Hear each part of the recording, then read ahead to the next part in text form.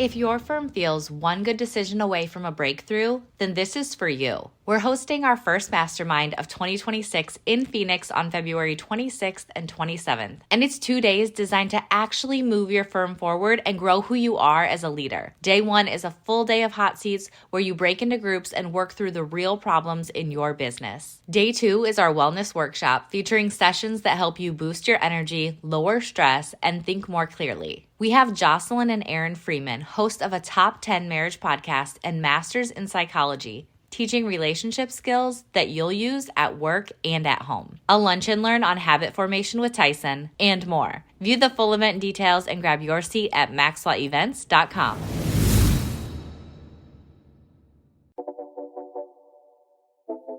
This is Maximum Lawyer with your host, Tyson Mutrux. Welcome back to the Maximum Lawyer Podcast. Today we're sharing another session from MaxLawCon 2025. Today's episode features Jim Hacking, immigration lawyer and law firm owner who has been in the game long enough to tell the truth about what it really looks like behind the scenes. In this talk, Jim breaks down why failure is not the thing that derails you. It's how you respond to it. He shares stories from his own journey, the lessons he's learned the hard way, and a framework for using setbacks as feedback so you can build stronger systems, lead better, and keep moving forward when things feel heavy. This is Falling Up: How Our Failures Pave the Road to Success with Jim Hacking. Bill Gates said success is a lousy teacher. It teaches most people, it seduces most people, smart people, into thinking they can't lose. So I want to talk about our failures. You know, I went around the room last night talking to everybody. How you doing? Oh, I'm good. How you doing? Oh, I'm busy. We love to talk about how busy we are. I think that we need to be vulnerable. We need to be honest. So this talk is for those of us who aren't doing great, who are struggling, who are having a hard time. Maybe their dad passed away. Maybe their best employees quit. Maybe their associates started their own firm, So I want to talk about that. I want to talk about my failures, your failures, and what we can learn from them. So this is Reggie Jackson, Mr. October. He's in the Hall of Fame. He was named MVP. Twice he was the World Series MVP. They called him Mr. October because he was clutch in the playoffs. He had over 500 home runs, 1,700 RBI, 2,500 hits. He also has one more record. Does anybody know what it is? Most strikeouts. That's exactly right. He has more strikeouts than hits, and he's one of the best baseball players of all time. So we're not going to hit a home run every time. Why do we talk about failure? Failure is universal. You can't get away from it. You will have highs and lows. You will have problems. You will have issues that you have to deal with. That's part of owning a law firm. This is why we own a law firm. So my sister works at a big company. She got reorganized. She got a new boss that she doesn't like.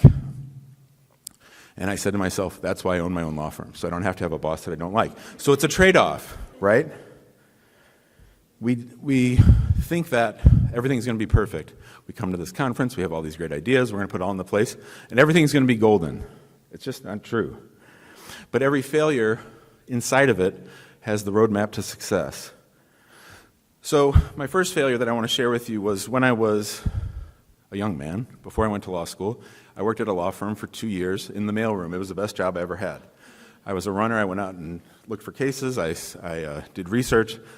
We didn't have the internet back then, so if we had to find out about a defective product, I had to go to other law firms. It was great.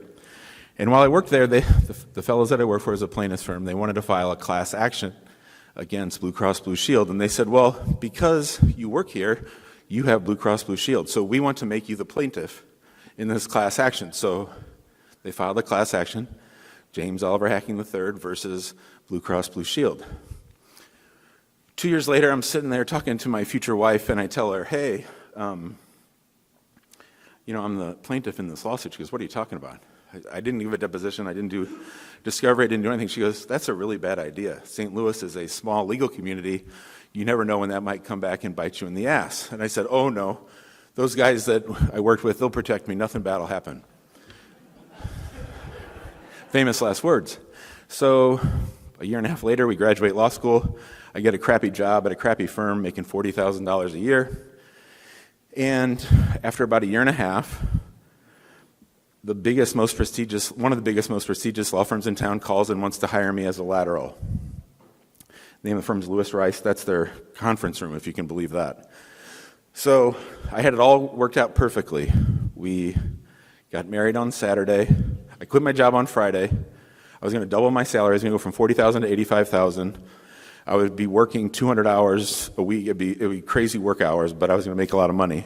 And I got married on Saturday, went on our honeymoon on Sunday, went to Bermuda, came back, and when I got back, there was a message on the voicemail, "Hey, Jim, don't come in tomorrow, there's a problem." And in between the time that they had hired me, they had brought on a new partner, and that partner's biggest client was Blue Cross Blue Shield, and that partner's biggest case was James Oliver Hacking III versus Blue Cross Blue Shield. So I started off my marriage unemployed, right?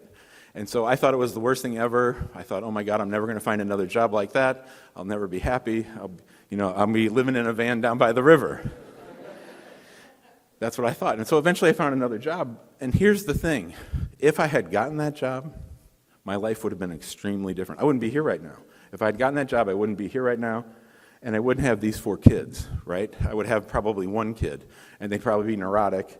And I would make them way too anxious. So I wouldn't know these beautiful people in my life, right? It would have been a completely fundamental thing. So here I thought, it's the worst thing ever. I'm not going to make that money back. And it turns out that I would have had a very different family and life. So I'm very grateful that I didn't take my wife's advice and get my name off that complaint. All right, so the limits of success. Success feels good, but it teaches little. Success can mask, weaknesses in systems. Failure is the sharper teacher, for sure. Okay, so this is just a picture of the Red Sox losing 28-5. It's only because I hate the Red Sox, so no real lesson there other than the Red Sox lost 28-5. So a lot of this comes from a book by John Maxwell called Failing Forward. I highly recommend it. The difference between average people and achieving people is their perception of and their response to failure. So we have to be resilient.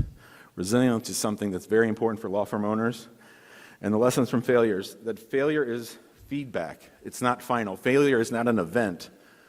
It's how you respond to it and how you react to it that determines your success. Mistakes are data, so use them. Learn from your mistakes. All right, so the next time that I made a really, really big mistake was I was a lawyer for everybody. So when I opened up my firm in 2008,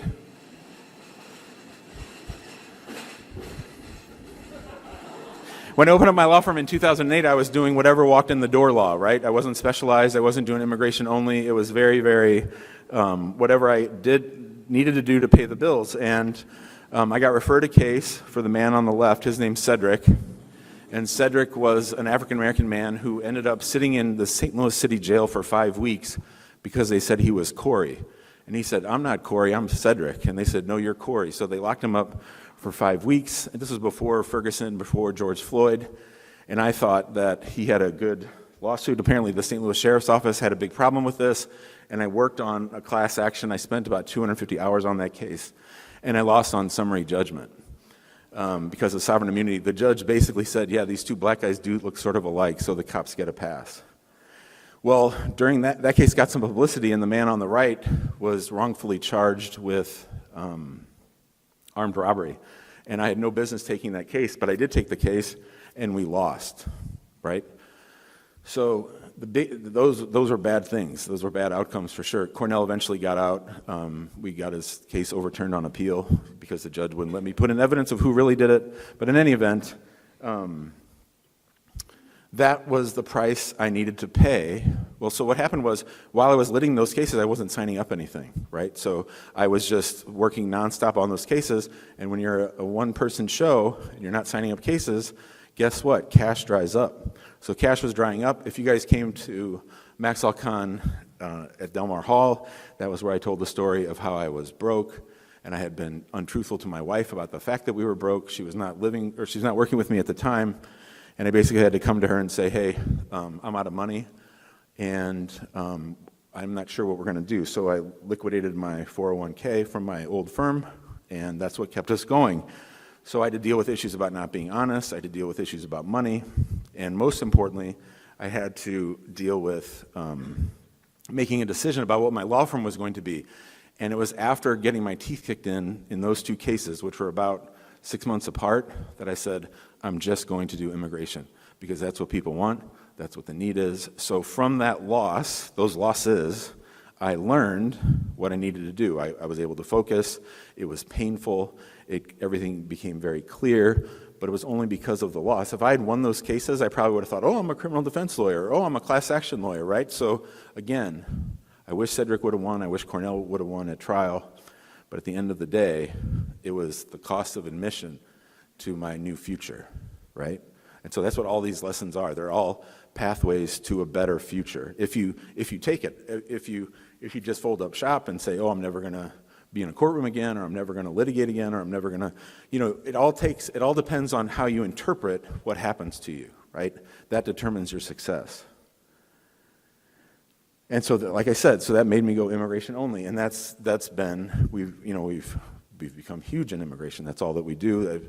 My decision at that point was, I was reading Seth Godin, and he said, Americans' attention spans are so short that if they think of one word, you want them to think of you, and if they think of you, you want them to think of one word. So immigration is my word, and that's how I got there. So a lot of times you'll hear motivational speakers, not Matt Foley, but other motivational speakers will say, if the possibility of failure was erased, what would you attempt to achieve? If the possibility of failure was erased, what would you attempt to achieve? It's a good question, but it's impossible to do away with failure. You can't do away with failure. So a better question is, if your perception of and response to failure was changed, then what would you attempt to achieve? So can you guys be easy on yourself, not so hard on yourself? Can you give yourself some grace to say, I took a chance. It was an experiment. I learned. Maybe it was a costly experiment. Maybe you put a bunch of money into a software that ended up not working for you. Whatever it is, it's just a lesson. It's just part of the path. You got a long way ahead of you. A lot of more opportunities to make mistakes. So when an error occurs, one of my favorite things to do in the office is to ask questions, why? The question why. So can somebody tell me a mistake or issue that they had come up in their firm recently? Anybody? Is that Nick? Yeah, Nick. Okay. So let's talk about the associate starting their firm. Why did that happen? And why did you do that? This is an insidious test. It's not fun. Why? So why do you do that? One more time. Why didn't you want to deal with it? I think fear is a lot at the core. I mean, you can see it's sort of like those Russian nesting dolls. You get to the core issue. I learned that from Tim Ferriss, and I think it's really, really helpful. And it doesn't have to be that big. It can be something like, well, the FedEx went out too late. Well, why did it go out too late? Because the person was doing other things. Well, why are they doing other things? Because you gave them too much to do. So a lot of time, it's going to come back to you. It's going to come back to your fear. And that brings up, one of the points that I make all the time. It's in another slide, which is, everything is our fault. Everything is because of us. We're responsible for everything in our firm. So you can get mad at the people that work for you, but ultimately it's a failure of systems, right? All right, so let's talk about what failure is and is not. What failure is not: avoidable, a single event. It's not objective truth. I think that's really important to understand. It's the enemy. No, we think it's the enemy. It's not. It's not irreversible. It's not a stigma, and it's not final. What failure is inevitable. It's a process. It's subjective. It's a teacher. It's temporary. It's an opportunity. It's a chance for a new beginning, just like for me. So owning our team failures, like I said, in a law firm, mistakes are inevitable. It's ultimately a failure of your systems. Whatever problem you're having, it's a failure of your systems. So when you hear people like Rachel or other people talking about the importance of building out systems, you listen to them and you do what they say and you follow their advice. You can't do everything. You can't know everything. There are people who know things better than you. Responsibility means we own it, and we fix it, and we prevent it. So the buck always stops with the law firm owner. So Amani's really good about this. When a mistake happens, she wants to dive in and fix it. Usually she wants to do that too much, but then after it's fixed, then you have to do the post-mortem and figure out those 5 whys. Why did it happen, and what can we do to make sure this doesn't happen again? It might happen again, but what can we do to lower the chances of it? So being content. So you have to understand that these things are always going to be happening. The bigger you get, the more problems you have, the more issues, the more things flying over your head, and you got to be content. You got to find some peace in that. And so I heard an analogy the other day. If we're centered, think of a big wagon wheel on a wagon train going to Portland, and think about if you're in the center of that and you're centered, you're spending time meditating, doing things to take care of yourself, going to the gym, doing all the things you need to do, you're going to have a lot less momentum to what's disruptive to you than if you're on the outside of the wheel, right? So taking the time every day to find contentment in the chaos is key.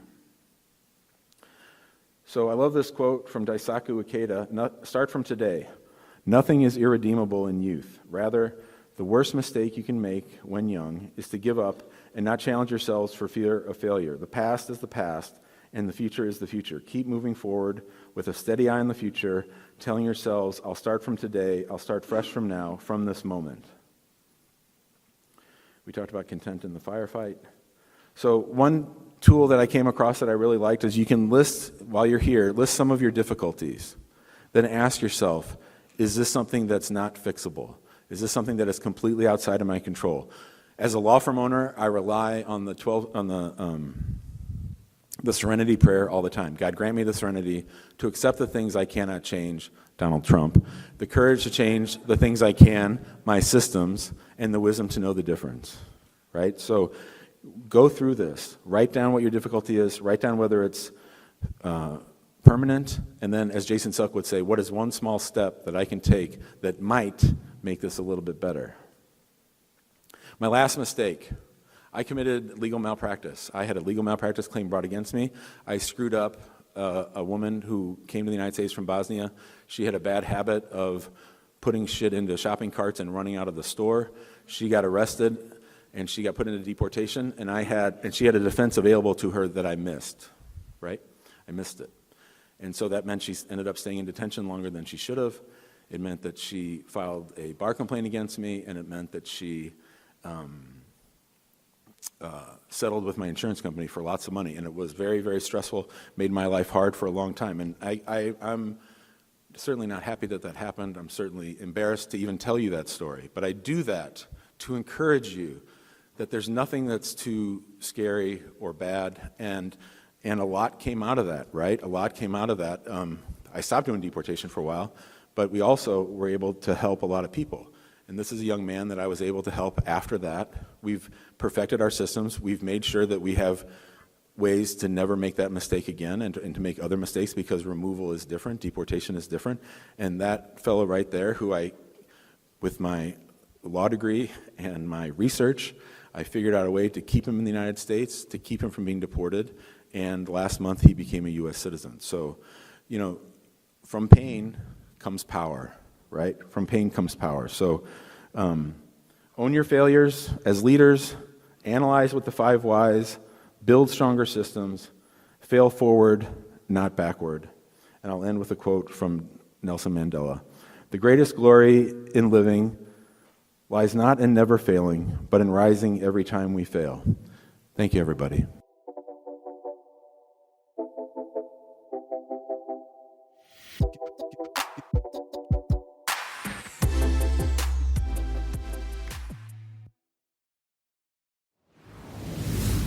Before you go, quick shout out to Becca's List. If you've ever hired a vendor for your law firm and immediately thought, yeah, that wasn't it, this exists for you. Becca's List is a curated list of companies that work with law firm owners. No paid placements, no random recommendations, just real reviews from law firm owners who have already learned the hard way. If you want to see what's working for other firms and help us grow Becca's List to the largest place for law firms to find trusted answers, head to beccaslist.co and leave your first review today.